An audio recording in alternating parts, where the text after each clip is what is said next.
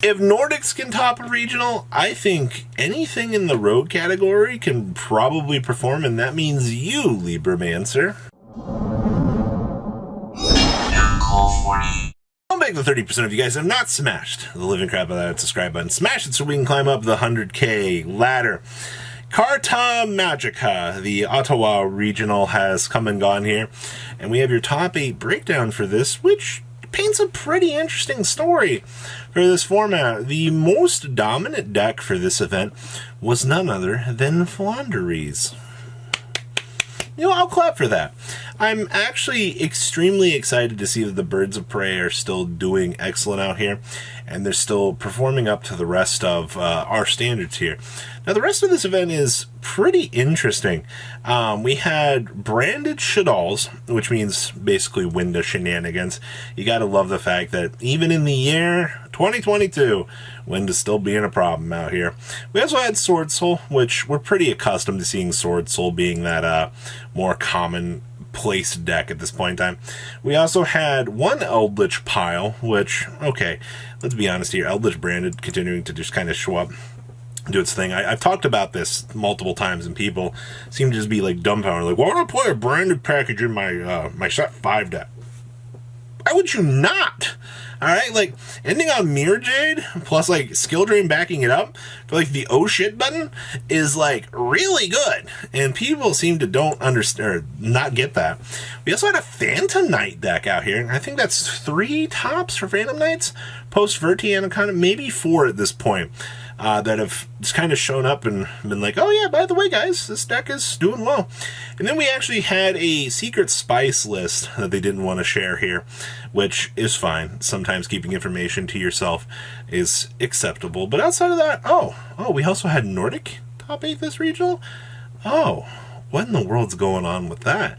I'm not sure what's going on with seeing Nordic performing here, but we're going to pass on over and take a look at those deck lists now. Winning your regional was none other than Branded Dolls.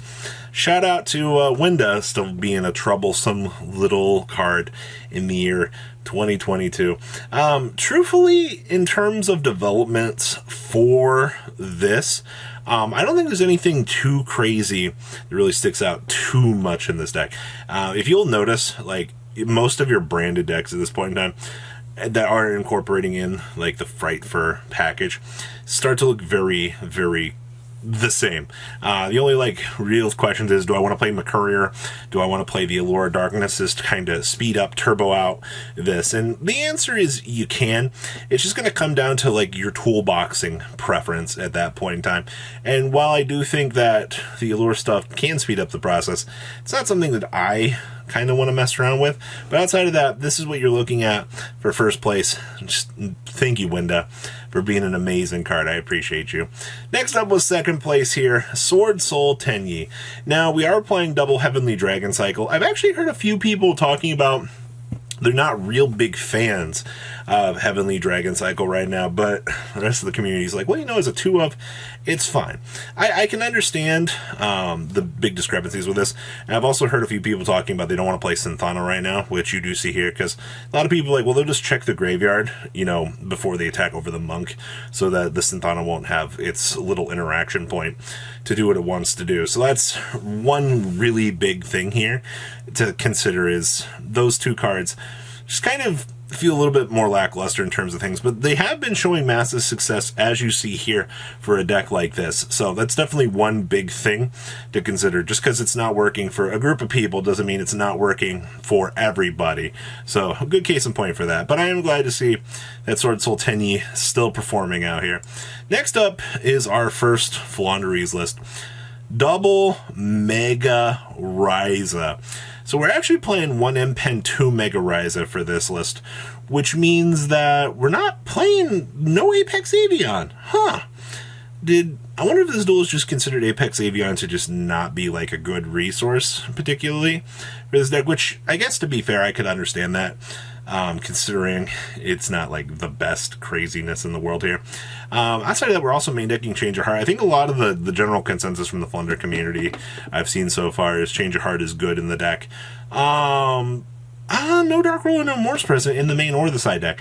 I have seen a few people talking about playing Dark Rule No More as well, just as a generalized like breaker, but I understand either way why we haven't done that. I do not see anything else too crazy spicy about this list. I guess the one Prosperity 3 Extrav is interesting, but alright. Next up here is our other Flaunderies list, 5th place here.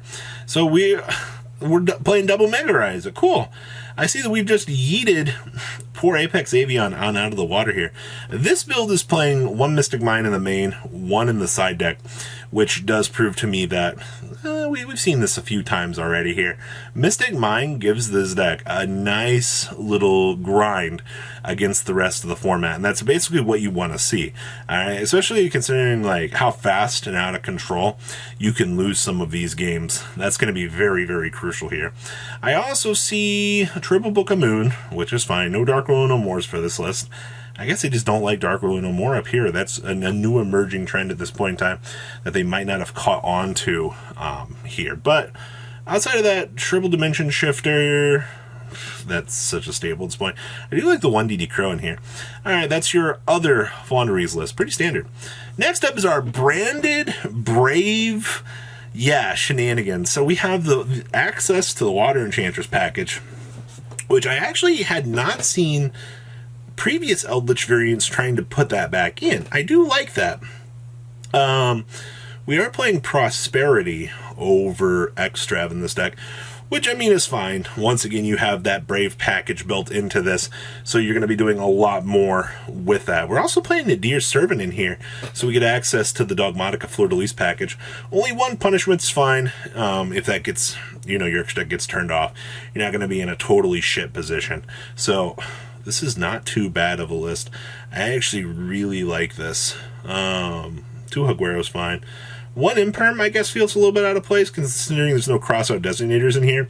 But if you had room for 1 Hand Trap, instead of like playing 2 Crow, I guess that's the option tree that they wanted to go with. So that's perfectly fine. Next up, here's our Phantom Knight list. No Verti Anaconda package, because obviously banned. No Protoplant package to search for the Fusion Destiny. We are still using the Rite of Armisia package to set up this stream of negates, effectively, because this deck still dies to Nibiru. Nibiru will always be the death of this deck, and there's nothing that it can really do about it. Alright, so your life goal is to kind of grind out the opponent as much as you can, so through the Omni Negate, make sure that you can set up your Phantom Knight board so you can do your thing. No wings in this list, but we are playing the Sword. I guess, I don't know, the big thing is like Sword and Wings are totally optional. It really just depends on how you want to go about it. There's nothing else too spicy about this. Like I said, if you want to play like the Protoplant package in here and find success with it, we've seen it already. It works out. I'm just glad to kind of see diversity in between the builds here to see how people are shaping up with the differences in terms of developments. And the last we have for you guys here is Brave Nordic. I did not think that I would see a Brave Nordic list performing out here, and especially now, considering the fact that this deck gets access to some of the crazier stuff. The Brave package is what really lets this deck stay on the map right now. So you use your Brave package to kind of like link climb into the Golvog. Your ending board usually involves the trap card, Savalan, which is a global negate, by the way. So the Sun Avalon trap, the Sun Avalon trap that's a one-time negate. Well, Savalan is a once per turn global negate across the opponent's field.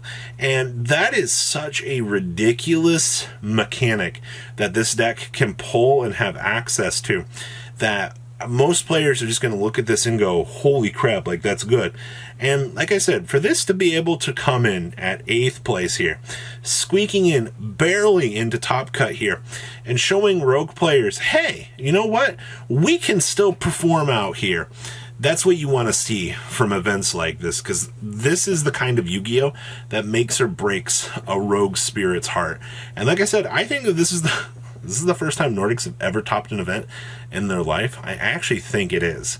Alright, so congratulations to seeing Nordics out here making it all the way into a top cut finish. Ladies and gentlemen, you love to see it. Please leave a comment down below, tell me what you guys think. Make sure you guys smash the crap out of that subscribe button so you guys don't miss out on more awesome content. And I'll see your beautiful faces back here later in the day with some more cool awesome content. You guys stay safe, alright? Patrons, thank you.